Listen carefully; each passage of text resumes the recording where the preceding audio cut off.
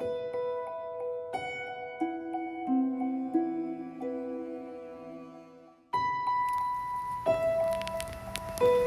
right, Shalom, brothers and sisters out there. All praise to Yahweh, Bahashem, Yahweh Shai, and double honor to the apostles and elders of Great Millstone.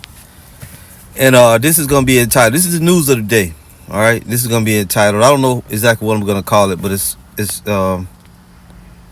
revolving around this guy dying, Lord Jacob Rothschild. Now, and I'll probably put Lord Jacob Rothschild dead at 87. All right, and that's what they call him, as you see it right here. Now, one thing I noticed right away, whenever you want to get news on these people when they drop dead, it's very difficult to get a news report. Normally, something like this would be all over every media site, as far as videos, but they really don't go into it. Like even when Evelyn Rothschild perished, probably about 2 years ago, they don't even go, like it was hard to find a video. You can find it. It's all in all the publications that you can see, right? New York Times, BBC, Reuters, Financial Times, Bloomberg, Fortune, the Times of Israel. It's all over everything, but it's difficult to find a video. And the one video that I did find was just this one from the Independent, which was basically, it had a little music in it, but it was a silent video. Anyway, you brothers and sisters that follow the truth, you should know who this individual is, because when you think about the Illuminati, this is a person that will be, you could say he is part of the Illuminati, or was, right? A lot of people like to associate people like Jay-Z, Beyonce, these celebrities. Those are just figureheads. These people right here, this represent, he was a member of Lucifer, a member of the light bearers. You see, that's who it is. These are the upper echelon of the Edomites. Okay, these people, one of the wealthiest men on the planet, on the face of the earth, and we ain't talking about hood rich. We talking about tremendously wealthy, trillions of dollars is what we speaking of. Okay, and like I said, when you talk about these people, this is the Illuminati, because the Illuminati is the upper echelon of the Edomites.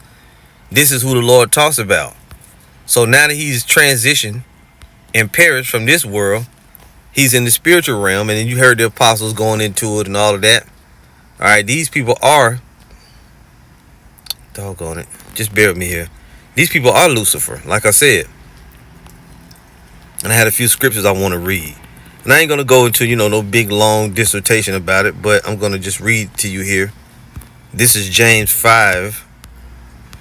And when you're reading the scriptures about the rich men, this is mainly who it's talking about. These well-to-do people of this society, the illuminated ones. Even when you go into the parable of Lazarus and the rich man, right? That really is a parable dealing with the Edomites and the Israelites. But when you look at these individuals, they are the tip tops. You deal with this guy, Evelyn Rothschild, Lord Jacob Rothschild, the prince, the king, the king that just recently died, right? I can't remember. Was it Prince Philip? The queen died last year or the year before that. The same year that Evelyn Rothschild dropped dead, right? You think about, those individuals, Princess Diana, all these different, dignitaries and royalty people. Like I said, the queen, those people are Lucifer, and they're going to be the first ones. They're going to be the first batch of slaves in the kingdom of heaven. Now, these people they're going to have the ones that pass away, they're going to come back as children in the kingdom, but they are going to still visit the lake of fire. The Most High is going to resurrect these devils, and they're going to be a part of the resurrection of damnation. And they're going to go into that lake of fire, and they're going to burn in their flesh. They're literally going to be brought back. But that's for another time. Anyway, let's go to the scriptures. This is James 5 verse 1. It says, "Go to now, ye rich men, weep and howl for your miseries that shall come upon you. Your riches are corrupted, and your garments are moth-eaten. Your gold and silver is cankered, and the rest of them shall be a witness against you, and shall eat your flesh as it were fire. Ye have heaped together treasure," so like you have heaped treasure together for the last days. And when it talks about your gold and silver is cankered, it means what? Spiritually is what it's, really what it's speaking of. It don't mean your literal riches are cankered or cancerous. No, It's just to their legacy. It's like resting to them. You see? Because the Lord looks at that all the great wealth they've extracted from the nations, and mainly the Israelites. Excuse me. The Edomites had the Israelites in slavery for a long time, and this has been their world. They ruled over the world with great fearfulness. And these are the guys. When you look at a guy, this individual, and some of those others I mentioned, Queen Elizabeth and Prince Philip and King Charles, and on and on, the other Rothschilds that passed away before them. These people are responsible for a lot of blood. Pretty much all the blood that's been shed on the earth, their hands are covered in it because they finance all the wars, both sides. I mean, when you get into the finance and these people, I meant to mention that other devil, Henry Kissinger, he worked for them. Okay, Henry Kissinger been a long time fixture, and yeah, you guessed it, the majority of these people go back to the 1948ers. It's just the bottom line. They're steeped in wickedness, and their hands are covered in blood. So there's no escape, and there's not going to be any salvation for these people. Okay, they played their role. This is James 5:4. It says, "Behold, the hire of the laborers who have reaped down your fields, which is of you, kept back by fraud, crieth." Right, all the money we lose, all the taxes we pay. The Israelites have been greatly crushed by the hands of these people. This whole system, this whole fraudulent money system, the banking system, the taxing system, you see, slavery, the institution of slavery and predatory lending, the whole banking system, all of that shit is their hands are covered in the blood. I'm telling you, you may have seen these people alive, living that wealthy life, and you may have said to yourself, you wish you had money like them. No, you don't. You do not wish to be one of them. See, they're going to be greatly punished. Okay, you might have been top of the food chain on this planet, but in the next life, you will not be on the top of the food chain. You're going to be on the bottom. It says, again, "Behold, the hire of the laborers who have reaped down your fields, which is of you kept back by fraud, crieth, and the cries of them which have reaped are entered into the ears of the Lord of Sabaoth," which is meaning the Lord of the armies. So when we cry, we send up prayers to the Most High about our riches, about our money being taken from us, right? By the way we've been on the bottom, it entered into the ears of the Lord, and He's going to avenge us. Verse 5 says, "You have lived in pleasure on the earth and been wanton. You have nourished your hearts as in a day of slaughter. You have condemned and killed the just, and He did not resist you." Okay, and when you go, let's see here, all them that was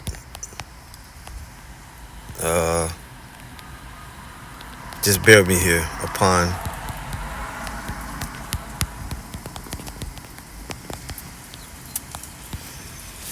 see, Babylon the Great has been a great tool that's been used by these people. What is it, Revelation 18? I don't know if it's Revelation 18. Let's just see real quick. Babylon the Great has been a tool that's been used. Yeah, this is Revelation 18:24. It says, "And in her was found the blood of prophets and of saints and of all that was slain upon the earth." Now that's talking about Babylon the great whore. But who do you think it is that owned the corporation of Babylon the Great? It ain't owned by, just one dude. No, it's owned by a powerful family and their relatives. Because it's been said that the Rothschilds and the British, that's the British elite, and that the Rockefellers on this side were the American version of the Rothschilds. And whether that's true or not, hey, they're all in it together. It's a family thing. The elites keep the money to themselves, and this is why you can't find, you can't really get no information on the inner workings of these people. They keep everything tight. You see, they run the media. They run this world. So much money. Shit. Man, you'd be surprised how far back this money goes, how far back and how deep the rabbit hole goes when you talk about these people. But good thing for us that our Lord is going to greatly, I don't even know what the word is. He's going to greatly humble these people. Let's get real quick from the Good News Translation. I want to read James 5 from this translation. I want to see what it says. And it's interesting when these things happen, when one of these, so-called great men of the society, when they perish, it's a wonderful thing. It's a wonderful thing. But the dynamic of it is beautiful too. This is James 5 verse 1. It says, warning to the rich. And now you rich people, listen to me. Weep and wail over the miseries that are coming upon you. Now, when you read this chapter, you know it ain't talking about just your average rich person. Because you can't say Jay-Z was one of the people that shed the blood of all the things that James 5 said. No, it's talking about a particular rich man. A particular group of rich men. It says, weep and wail for the miseries that are coming upon you. Your riches have rotted away and your clothes have been eaten by moths. Your gold and silver are covered with rust, and this rust will be a witness against you and will eat up your flesh like fire. You have piled up riches in these last days. You have not paid any wages to those who work in your fields. Listen to their complaints. The cries of those who gather in your crops have reached the ears of the Most High, the Lord Almighty. And who was the ones that worked in them fields the most? You had us working in them damn cotton fields. All of America was built upon it. And these regular American devils, they try to say, oh, no, it wasn't us that did it. Look, all of you are guilty. You're all complicit. Okay? The Rothschilds, they the driving force behind it all, but you also got other families that's steeped in there too. And it all goes back, linked together through the rest of you devils that's been over us. And you ain't been righteous over us. So don't start whining and crying now when it's almost time for the judgment. Verse 5 says, your life here on earth has been full of luxury and pleasure. You have made yourselves fat for the day of slaughter. You have condemned and murdered innocent people, and they do not resist you.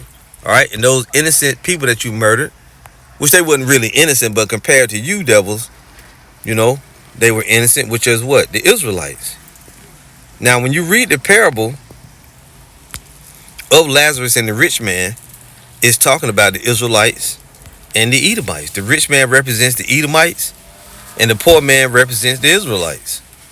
And in this case, that rich man, whenever one of these devils, a prince, a king, one of the top banking people, when they die, they're in that position of the rich man. They want to, and I was just listening to Elder Apostle Oriam Lob and Elder Apostle Tahar in no particular order. Just, I was listening to them, and their lessons go all into this. So they went into the parable. I'm not going to really go all the way into it.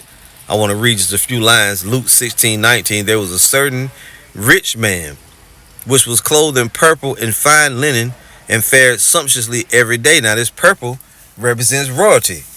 You see? And there was a certain beggar named Lazarus, which was laid at his gate full of sores. And the sores is what? The curses that's on us, the toil and tribulation that we go through. And desiring to be fed with the crumbs which fell from the rich man's table, and desiring to be fed with the crumbs which fell from the rich man's table. Moreover, the dogs came and licked his sores. And it came to pass that the beggar died and was carried by the angels into Abraham's bosom. The rich man also died and was buried. And in hell he lifted up his eyes, being in torments, and seeing Abraham afar off and Lazarus in his bosom. And he cried and said, Father Abraham, have mercy on me, and send Lazarus, that he may dip the tip of his finger in water and cool my tongue, for I am tormented in this flame. And what's that talking about? It's going to be everything going to switch around in the kingdom of heaven. They're going to be on the bottom, and we're going to be on the top. You see? And that torment that they're going to feel is them being in slavery. It's just a parable. And many will argue and say, oh, literal brother saying a man was in hell. You idiots. No, it's not. This is Matthew 13:34. All these things spake Yahushua unto the multitude in parables. And without a parable spake he not unto them. When the Savior taught, he taught in parables, riddles. He didn't always come out. And then when he was in private, he revealed unto his disciples what was meant by these parables. Mark 4:34. But without a parable spake he not unto them. And when they were alone, he expounded all things to his disciples. See, so that whole thing dealing with the rich man and Lazarus was a parable. To those who have doubted that we were the prophets, and you say we reading from a book that's been already written. Yeah, but the average person can't break this down. The prophets have to come to you and break it down. You never knew that the rich man and Lazarus were dealing with a parable. You thought it was telling a story of a man who went to hell and was burning. But if that's the case, how then could a tip of a little bit of water on the tip of somebody's finger give any consolation to somebody who's burning constantly in damn flame? It doesn't make any sense if you look at it from that way. But let's read it again. And he cried and said, Father Abraham, have mercy on me and send Lazarus that he may dip the tip of his finger in water and cool my tongue, for I am tormented in this flame. Now, how in the hell is that going to help you if you literally perishing in flames? Somebody putting a little bit of little bit of water on their finger and put it on your damn tongue. But Abraham said, Son, remember that thou in thy lifetime receivest good things, and likewise Lazarus evil things, but now he is comforted and thou art tormented. And where is this place that here it is, Abraham standing over here, chilling in the cool, but over there on that side is flames and shit. You mean to tell me paradise and hell is side by side? What kind of freaky place of comfort is this heaven and hell? Or this heaven? Here it is, you in heaven over here chilling in paradise, getting everything that you want, and then you look over there and see your relatives burning in hell. How the hell you going to be able to enjoy that? So you know that it's a parable. It's not literal. It says, and beside all this, between us and you, there is a great gulf fixed, so that they which would pass from hence to you cannot, neither can they pass to us that will come from thence. See? So it's a gulf. It's a place where a gulf is fixed. But even with that, I wouldn't want to be over here in heaven, laying back in paradise, eating grapes, enjoying the water slide, riding on the backs of animals, doing whatever I'm doing, and then look over there and a great way off and can see people in torments, burning in flames or hollering. Wouldn't the moans and the wails and the hollering come over on our side? How the hell could we enjoy anything? It's a parable. It's a parable, okay? That's what it is. So remember that when you read it. It's a parable. And we got many videos covering it. If you want to see the full breakdown of Lazarus and the rich man, type in GMS and say Lazarus or the rich man or Lazarus and the rich man, and it'll come up. And that's all. It's just a parable. So it's parabolic for these devils. They're going to be in torments in the kingdom of heaven. And we're going to be in Abraham's bosom. We're going to be chilling. We're going to be the ones on the top, enjoying all the great things. And we're going to live forever.